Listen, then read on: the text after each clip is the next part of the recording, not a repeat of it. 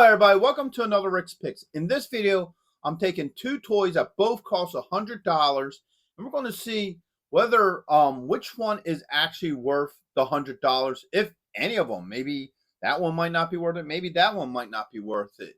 But we're going to see which one is actually worth the money that I paid for them. So, without any further ado, roll that intro.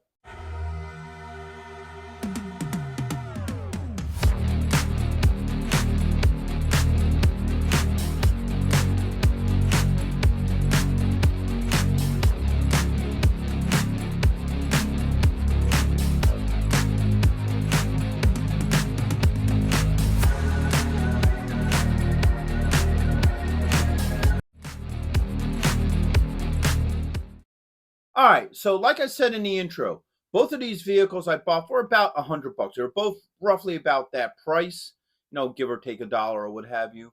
And I want to see which one was actually worth the money that I paid for. Now, this is not going to be a full review. I've done full reviews on both of these vehicles. So if you want to watch those first and then come back to this, or if you want to watch them after this, you can do that as well. So this is only me taking a look at them and trying to decide whether or not I feel like they're worth what I paid for them. Okay? So we're only going to get into the basics of these. So first, we're going to look at the X-Wing here. Now, this is the X-Wing fighter. This is made for the 3 3/4 vintage line. That is, Star Wars New Hot line. Okay? It's very well detailed. All right? It does have some nice coloring and stuff to it. Okay, the wings do fold up, so when you push this button, you get it in the X-foil position. Not really high. Like, I would expect the S-foils to come up a little bit more, so they kind of sag a little. Like, probably like this, I think, would be an appropriate S-foil, design, in my opinion. About that wide open, but these don't. They kind of just linger there. All right, so I wasn't super impressed with the S-foils on this. Lock it back down. Underneath, you got your landing gear and missile launcher. So you spin this thing here. You got the missile launcher there. All right, the landing gear. Now, this does have a door for it. So when you put this landing gear in, the door shuts. Landing gear comes out. But now your rear landing gear don't have any kind of doors. So when you put it in there, you always see the landing gear. Now, I wasn't impressed by that. I figured, there it goes. If you're going to have landing gear underneath here like that, there should be doors that could close over it. Even if it's just one door, just to make the toy look a lot better. I mean, you're paying $100 for it. You would want it to look, nice. Like if you're one of those people, like I know a lot of people take spaceships and they like to hang them from the ceiling. So nobody wants to hang something like this from a ceiling and have exposed landing gear. So that is definitely a big one with me. Okay. And then the canopy does open. You do get some detailing. Now, you're probably not going to see it very well in this here. So if I spin it around here, take this off. This can actually pop out for reasons. And you get some pretty decent detail on here. You get a targeting screen, a couple controllers and stuff. This joystick sort of moves, but not very well. Okay. And then inside, you could look at it. You have some stickers here for the inside. And then you got a two-colored piece of plastic mold in there. All right. So let's put this thing back in here. Landing gear doesn't seem to want to stay up. Oh, and underneath you also have a little door here that opens up.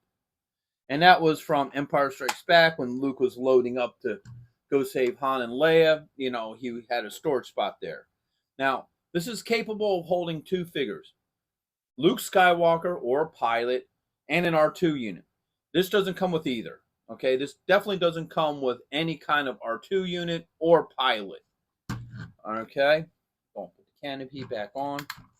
Now it does. So it comes with one missile. All right, and then it comes with your your targeting computer. Now this targeting computer is very lackluster. It's just basically a piece of plastic. And it doesn't even fit in there that well either. Like it just goes in this hole here. And it kind of just telescopes in and out. Alright. And this landing gear just doesn't want to stay in place. So that's basically the gist of this. It's definitely well detailed. It has some neat points to it. But the question is it worth $100?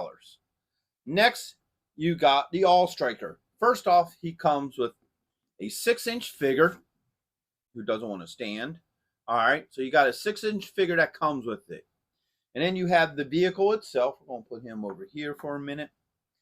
All right, you got working suspension on it, which is really nice. You got a lot of detail, so you can see the stars scratched up a little bit here. You got United States, you know. You got little carrying cases here where you can hold fuel tanks, toolboxes. All right, you got stuff like this can pop off. Okay. Eventually. And it will show you the engine. You got tow hitches. All right. A lot of extra accessories. So you have 2 missile launchers that can come on and off of it. You have 2 assault rifles, 1 and 2, that can come on and off of it. These things also have missiles in them too, which is really nice. All right, you have ammo felt belts. You have an optional back seat with roll cage. I hate this roll cage, actually. You know, so the vehicle comes with a lot of stuff. Now, when you pull this off of here, you could really see inside the cab here. All right, the steering wheel moves, the shifters move. All right, you get like a display of a GPS in there. What else? You get a walkie-talkie here. So there's a lot of really neat stuff in here. Okay.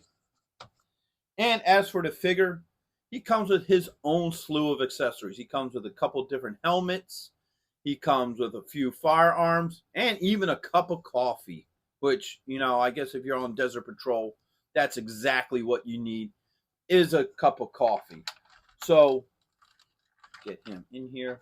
He probably won't cooperate with me. All right. So now we took a good look at these 2 things. And like I said, this is only the basics. I'm not full review for these. This is just enough, for this video. All right. So let's get into my final thoughts with these. So first off, are they worth the $100? The X-Wing, I'm going to say no. I'm going to say this is not worth $100. It is a nice piece. Don't get me wrong. It's nicely detailed. It has a few cool, different play features to it, such as the missile launcher. The targeting computer does telescope in and out, but it doesn't look good. It just looks like a piece of plastic. The rest of the inside of the cockpit, not so bad. The S foils, I feel like they could have, opened up a lot more than what they do, and so forth. So I wouldn't pay $100 for this, maybe 50 or 60. And what probably could have put it to the $100 level if it probably would have came with some action figures. Like, I think it would have been nice if this would have came with Luke Skywalker in his flight suit and R2-D2. Now, what would probably make this really cool and really worth the money is if it came with an R2-D2 with battle damage. So, as we all remember in the original Star Wars movie, when Luke Skywalker's flying in the trench, Darth Vader's behind him, he shoots at the X-Wing, boom, hits R2-D2, sparks fly, R2-D2's badly damaged. So it would be cool if this actually came with a battle damage R2-D2. That would have been a unique figure to this set, and it probably would have really boost people's want to buy this for $100. And even that, I don't think would even put it over the $100 mark. Maybe some more detail. I mean, there's things they could have did to this that probably could have got it to the $100 mark. But as it stands like this, I would say $50, $60. As for the A.W.E.Striker here, I do feel like this is worth $100. I feel like there was a lot of work really put into this. There's a lot of parts. It comes with a figure. And even the figure, he comes with a lot of stuff. Like I said earlier, he comes with a helmet, he comes with a hat, he comes with a couple different weapons, he comes with a couple of things. The vehicle comes with all sorts of neat stuff as well. Parts that can come on, parts that can stay off. So I feel like this is actually worth $100. And once again, these are my personal views. But what do you think? Do you think I'm right in this? Do you think this is worth less than 100? Do you think this is worth 100? I would like to hear from you guys in the comments, because part of this is I want to know what you guys think. Which one is worth which? Do you think they're both worth it? Do you think neither of them are worth it? So with that being said, the first thing I want to do is give a shout out to some people who, help out this channel. First on that list is Byron Bassett and his alter ego, Humongous. He's a big supporter of this channel, and he does a lot to help this channel out. He does have his own YouTube channel and show that he does every Sunday. Plus, I also want to give a shout out to Action Figure Geeks, their YouTube channel. That also, not a YouTube channel, I'm sorry, a Reddit channel that also supports this channel. And I want to thank everybody who has watched this video to this point. You're all very much appreciated. Also, I'd like you guys to check out my Star Wars playlist and my G.I. Joe playlist, plus my membership program, and hit that like, share, and subscribe. They're all small clicks for you, but it really helps this channel grow. So until the next one, late.